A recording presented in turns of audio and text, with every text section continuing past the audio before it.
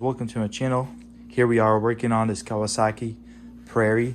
It's a 360 4x4 and it's a 06 model. It's in a bit of a rough shape, but we'll knock it out. It's a good deal, so we're gonna work on it. As you can tell, seats pretty beat up, but we got all that. Also, we have a broken axle right here, or something's going on there, so we went ahead and purchased that. We purchased just about everything. Also, it's got a some kind of knockoff carburetor, which we have the original carburetor right there. And yeah, we'll just go through it, see what's up. It's been sitting for a long time. Everything's just about there, but let's see what we already purchased to get this project going. So we got the motor oil, we got the gear oil and stuff like that. Got the original carburetor rebuild kit. So we'll do that. Then we got the seat cover right here. And so we got an axle also. Got the spark plug, got the oil filter, and a new air filter, same as to oil that oil filter. I had to purchase some more of this cleaner and oil stuff, so that should get us started. As you can tell, this is the old oil filter and it's just falling apart, so that's not a good thing. So we'll clean all that up, get this thing rolling. So first thing we're probably gonna dive into is get this carburetor going. Alrighty guys, so I have the carburetor partially apart, checking out the jets, and we have some of that green corrosion on these brass fittings, pretty much on the jets and stuff like that, same as on that float where the needle sits. Looks pretty nasty over there. Got to make sure the diaphragms are good, same as in here. Got some corrosion and stuff, got to clean up. So we got all the screws and jets and stuff we'll replace and make sure everything's just right, and go through everything, take it all apart. Seems like we got some kind of bolt right there that shouldn't be there, so we'll make it all just right, make it look OEM. And this is the key-in card, and replace that cheap Chinese carb on there, make this original carb go good. Let's go.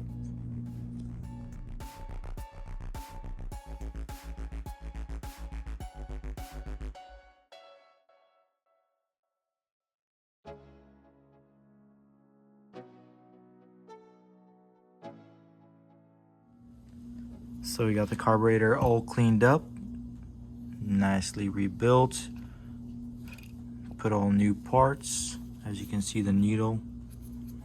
So on the diaphragm side, when we removed it, it had some like corrosion and stuff, so we cleaned it up pretty well, and we added some grease on both of the lips, so that way it's nice and sealed and everything's so that way the next time you want to clean it up or take it apart, grease that and should be good to go.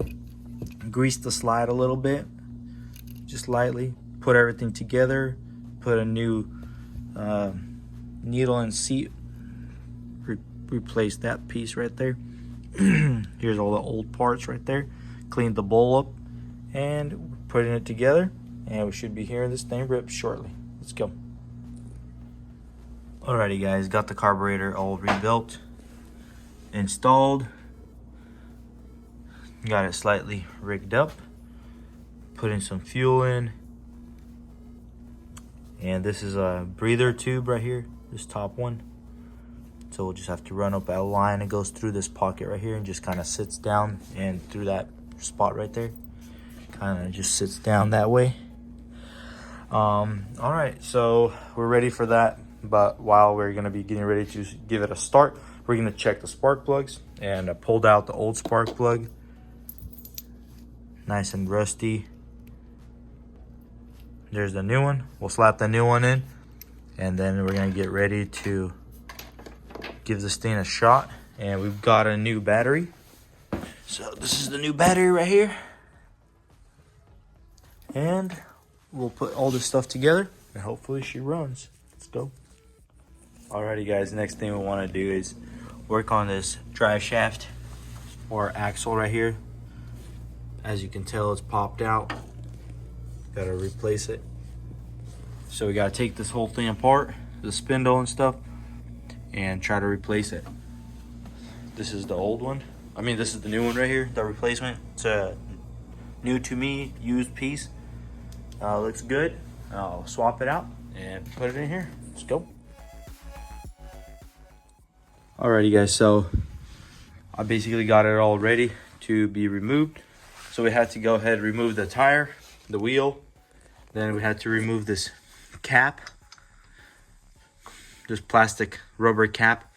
Then we had access to this nut. We had to remove this cotter pin, loosen that bolt. Also, we had to loosen the bottom A-arm. And this is what you had to take off, which was underneath right here. Right there on this nut. This nut was removed from here and you popped it out. So the way I had it, I had this bottle jack pressing on this, on the bottom of it. And then I grabbed this brass hammer and I tapped on the side and it popped right off. Removed this, pushed this down, and then pulled this out and gives you all the access right here. And now you have the chance to pop this out because it's all loose. And you have the access to get inside there. So now we'll go ahead and remove this. You can use a bungee cord or something to strap it to hold it out of the way. And then you have all this access. Let's go. To pull out the axle, you just grab it and just give it a good yank. I already yanked mine. You just gave one nice yank and just pull it right out. And there you have it. That's the internals right there. Alrighty, everything checks out, looks good. Put some grease on the splines and shove this one back in there. Let's go. It's got a seat, so that's the locking right there, the lock ring. So it's got a lock in there, so you gotta make sure. Alrighty, let's go. Alrighty guys, got the shaft installed. So you have to kind of hold it like this and right here and kind of guide it and then kind of twist it, slide it all the way in. And then like the last like 1/4 inch, you kind of have to like pop it in there, make sure it fits, and then you can see all this should be disappeared, like all the shiny metal. There should be just a little bit. Should be good, but everything looks seated, and when you give it a little tug, it's not popping out. That means it's seated.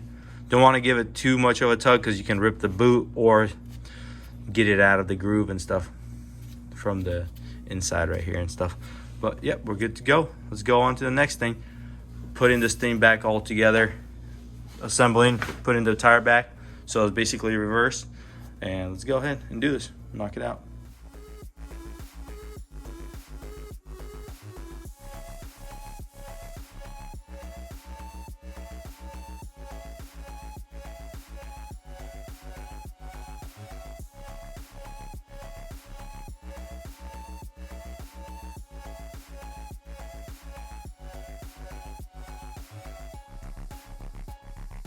Alrighty guys, as you can tell, this thing's all put back together and you can see it spins nicely.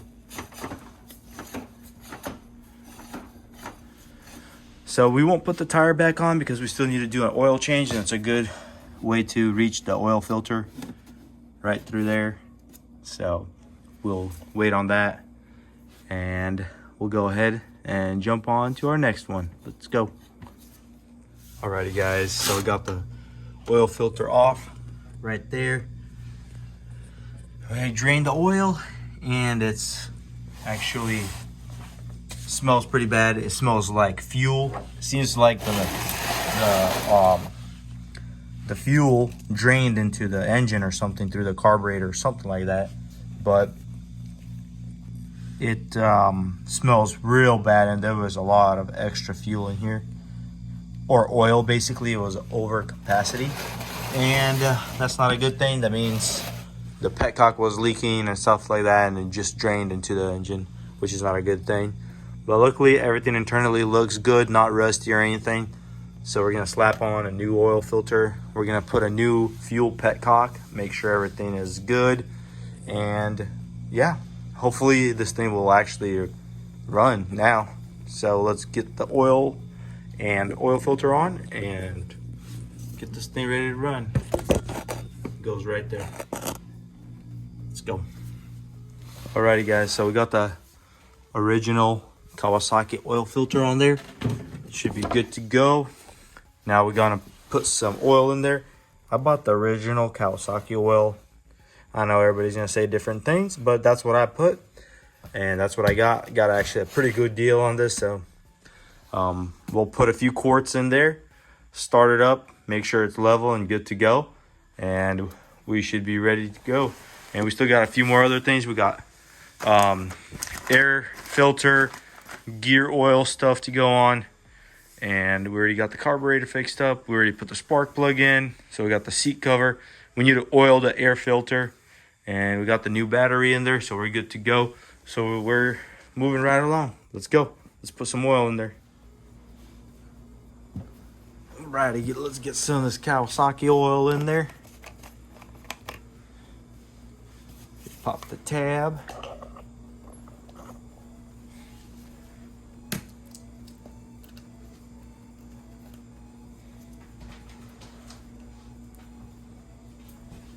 We should be good to go. Let's put a few quarts in here. Put some of this honey in there. Oh yeah, put some of this honey in.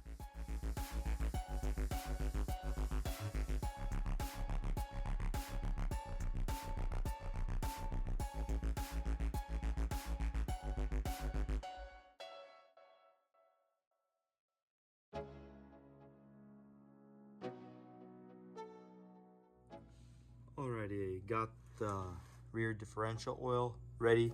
So started draining it. So it's a 12 millimeter on the bottom right there. Right there. Unscrew that, and a 19 millimeter on top. Unscrew that.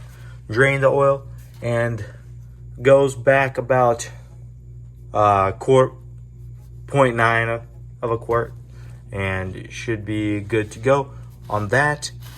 But we'll probably put the whole quart because we drained quite a bit. We lifted it to the side and everything, but we'll see how much goes in at this level. Then we might jack up the rear and fill up the rest, put the whole quart in. Let's go. Also, the rear uses special oil, which is the gear plus wet brake oil, because there's brakes inside, so you don't want to screw it up. You want to use this right here. There's different variations of like brands and stuff, but I went with the Kawasaki brand just to get all the headache out of it, and we should be good to go. Let's go.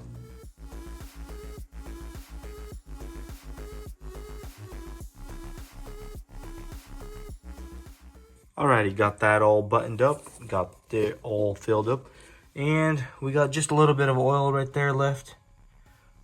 Just a little bit, and we should be good. That thing is topped off, ready to go, and we should be good. Let's go to the front. The front goes with 10W40, same as the engine oil, because it has no wet clutches, so it should be good to go. And yeah, doesn't take much in there anyways. Alrighty guys, so I drained the front differential. There's a screw right there on the bottom, and it's gonna be an Allen wrench type right there. And then there's a 19 millimeter cap right there. Unscrew that, drain it out, and then we'll refill it with regular motor oil, 10W40 right here, and fill it up till it's basically starting to drip out of this fill hole, and we should be good to go. And accurate level is around 0.45 of a quart, so we should be good. And just let it slightly start dripping out, and that's level. Alrighty guys, let's go put this thing back together. Alrighty guys, so we're gonna go ahead and recover the seat, start pulling the staples out, as you can tell right here, and then we're gonna recover it with this seat cover we got from QuadWorks. Hopefully it's a good one. We'll check it out, make sure it fits, and we'll put it on. Use the staple gun right there and get it all ready to go.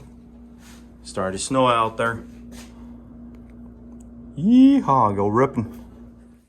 Well, look at here. Got the seat cover all finished up right there. Had some pretty nasty foam under there, so did the best I could. Got the wheels back on, ready to rip. Still got to replace this master cylinder and a few other little things, and it should be pretty much good to go. Let's go. Alrighty guys, as you can tell, the quad's pretty much taken apart partially. So it's been having a hard start and wouldn't really adjust on the idle, kind of rev up. And once it warmed up, it would work a little bit differently. So I constantly have to battle the carb. These quads are really known for a real bad exhaust lash and valve lash. So you have to check it out and make sure it's pretty good, and constantly check, probably every year they say. So what you had to do was take it all apart, and first thing we had to take off the plastics, the gas tank, and we had to take the shield that goes right there. So it's right there laying on the floor. Also, you have to remove the caps right there and one right there, as you can tell, and set the timing.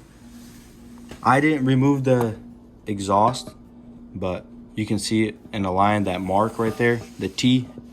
You want to rotate everything clockwise and set that on the T, and that will basically put it at top dead center. And make sure that this mark right here is aligning also.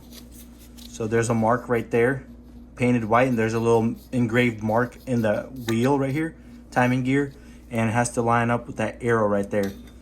And that's how you know top dead center, and you should be ready to go. I also took off this pull start, and to remove this cap that blocks this little sight for the timing on the stator, I used just a washer, just like that, slid it in that little pocket, and then I used my pliers and just twisted it right off. So as you can tell, we're at top dead center, and there is no play in the intake or on the exhaust. There's no play, and there should be some play, and the tolerances should be about exhaust 0.15, 0.2, and intake 0.08, between 0.113, and torque that to 78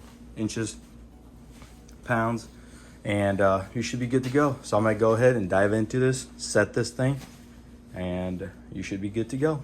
Let's go. Alrighty guys, so we got it all adjusted. As you can tell, there's some slack. You can hear the clicking right there. To set your timing, I didn't mention it before, so you can see it's on TDC right there, the T. And make sure that this mark right here is aligning also. So there's a mark right there, painted white, and there's a little engraved mark in the wheel right here, timing gear, and it has to line up with that arrow right there. And that's how you know it's at the right top dead center, because you could be 180 degrees off and the TDC will still match, and then you could be off a little bit and you will adjust on the wrong side. So double check your work and we should be good. Alrighty, so we'll put the caps on and we should be ready to go. Alrighty, so we're gonna do a compression test. So we gotta make sure we're pressing the gas all the way open and hitting the start button.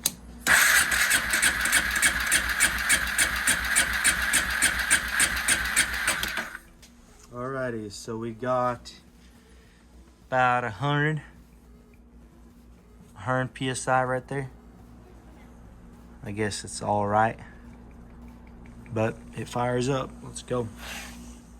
Alrighty guys, so we're swapping out the brake pads. So there's a bolt right here and there's a bolt behind it. You can see they're kind of loose already. So pop this off, then we take these two screws off right here, slide the pads off, grease these slides. These are basically slides, screws where the pads slide on. And then here we have the new pads. We slide it back in. One will be behind and one will be in the front. And then just tighten everything back. You should be good to go. All right, as you can tell, the brake pads are in. Everything's tightened up. Make sure you pop those. Alrighty guys, if you have a problem with your dash belt check and 4x4 blinking, there's a way to reset this. So first thing is you want to make sure that this switch is set to on, because it could also be on off, like that. Basically, that trigger is triggered by this belt. If it's loose, wore out, it'll trigger this piece.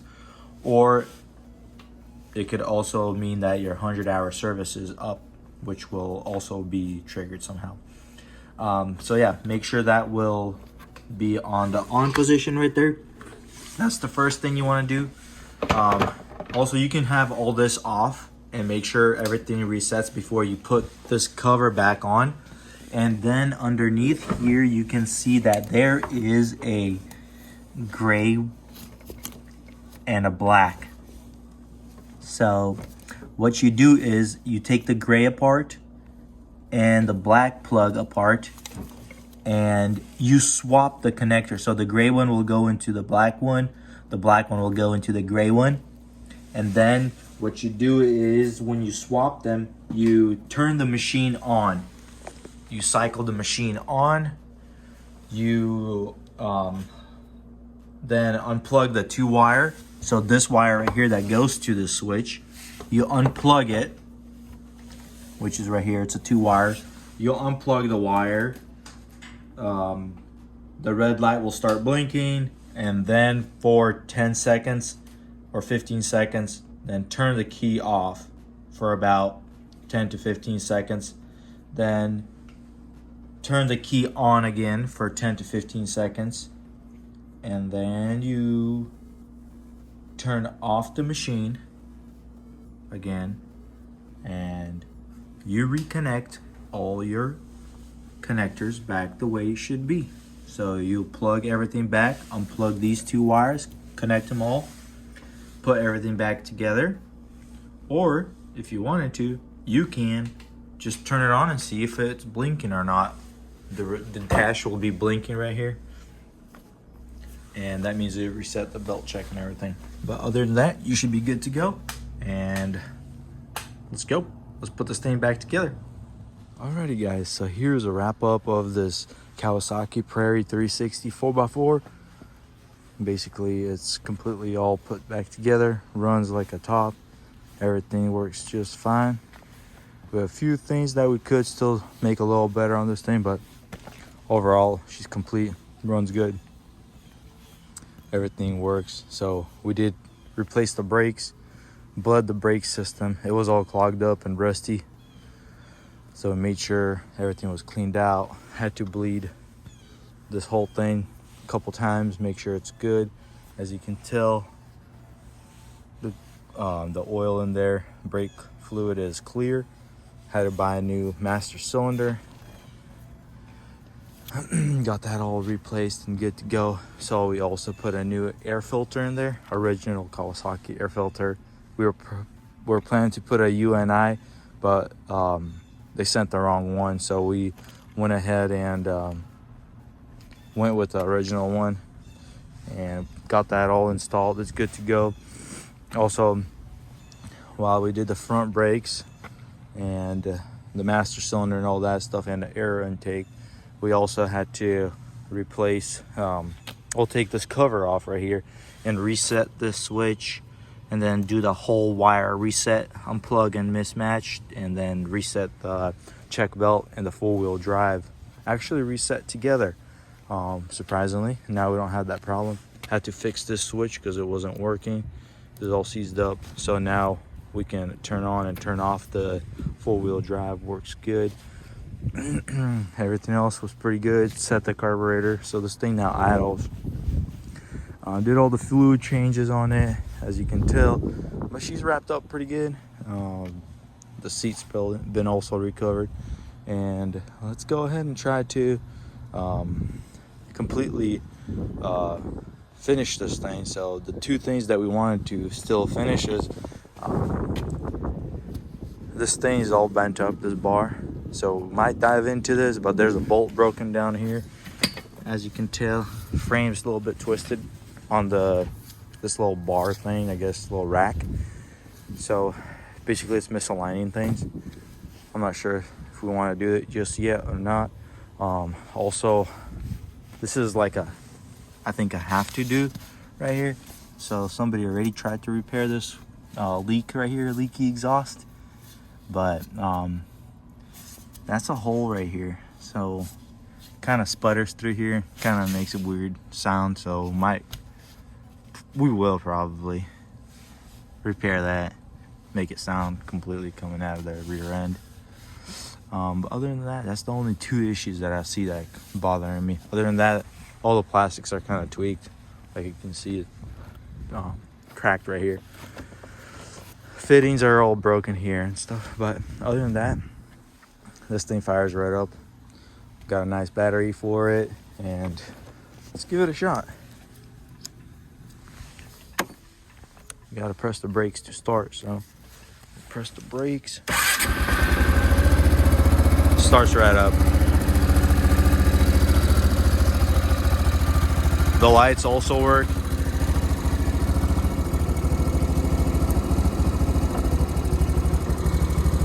Also, while we were at it, we also had to rebuild this brake system right here. It was all seized up right here, and it wouldn't move. So I had to take it all apart. It was all rusted. We were able to lube it all back up, clearance it, make sure it's all good to go. And how it works, it pulls the light, so the brake light comes on.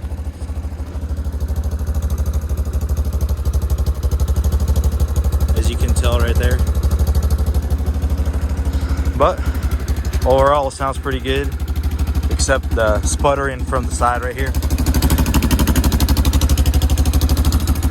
So I wonder if it has anything to do with the motor or anything, the way it's running. But other than that, she's good to go, so I'm pretty happy. Let's go for a little ride.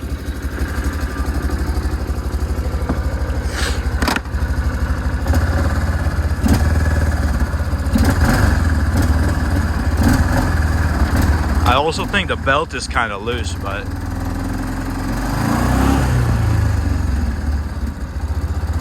nice thing you can change the 4x4 and two-wheel drive on the fly.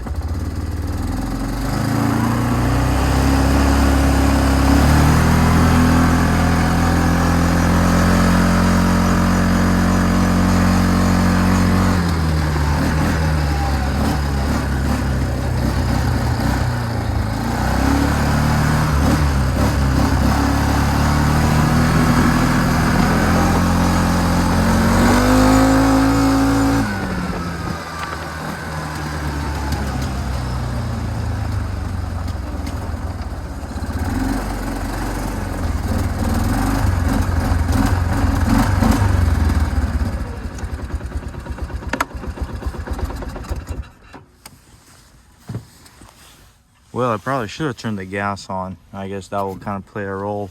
But yeah, let's go for another rip with the gas on. Probably work a little better. Yeah, much cleaner. Let's go.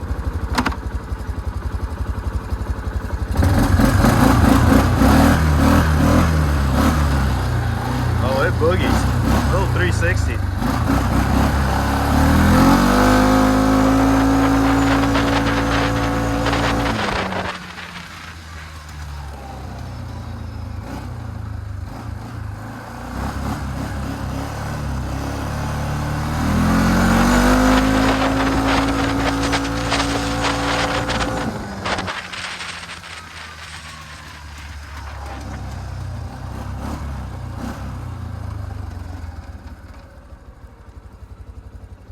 And then this is high, low, and then reverse. Also, we can change the handle. I could probably make a custom little handle. We'll see. Make it a little better than this. We'll see. I have a lathe. Maybe I can machine something. I have something out of black Delrin or something like that. But reverse goes to the back. High, low.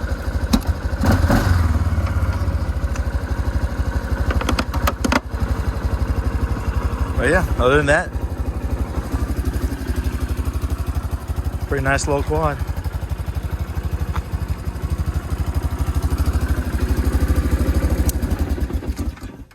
If you guys like this video and it helped you out some way or another, smash the like button.